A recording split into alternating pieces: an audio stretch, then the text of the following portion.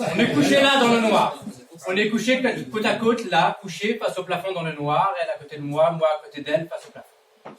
Je me suis couché un peu fiévreux, alors je dors pas. Comme la nuit d'avant et la nuit encore d'avant où je dormais pas non plus, comme maintenant où je ne dors pas. Je sais pas quelle heure il est, c'est la nuit, oui, mais je ne dors pas, je suis juste à côté d'elle face au plafond. Et elle dort ou elle dort pas.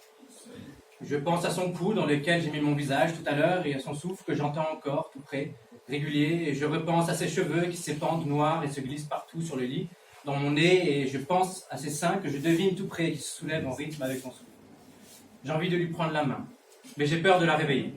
Allongée comme ça, côte à côte, face au plafond, nos mains ne doivent pas être si loin l'une de l'autre.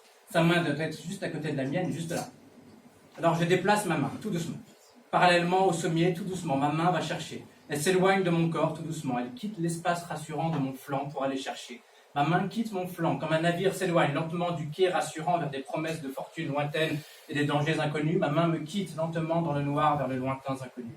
Puis ma main fouille. Elle fouille et cherche dans les replis du drap, renifle, gratte, se cache et bondit sous la couverture, fébrile mais silencieuse, tapie comme un félin. Elle louvoie et serpente sur le sommier, elle guette et traque à l'instinct, elle piste et se cabre et toc. Elle bute enfin dans sa main. Nos deux mains se sont rencontrées. Est-ce que je l'ai réveillée? Non. Ma main attrape sa main.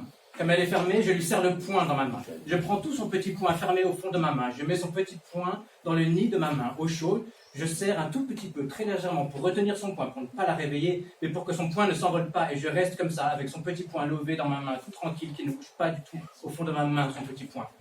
Je ne dors toujours pas. Je sens son poing dans ma main. Je sens son pouls qui bat dans ma main.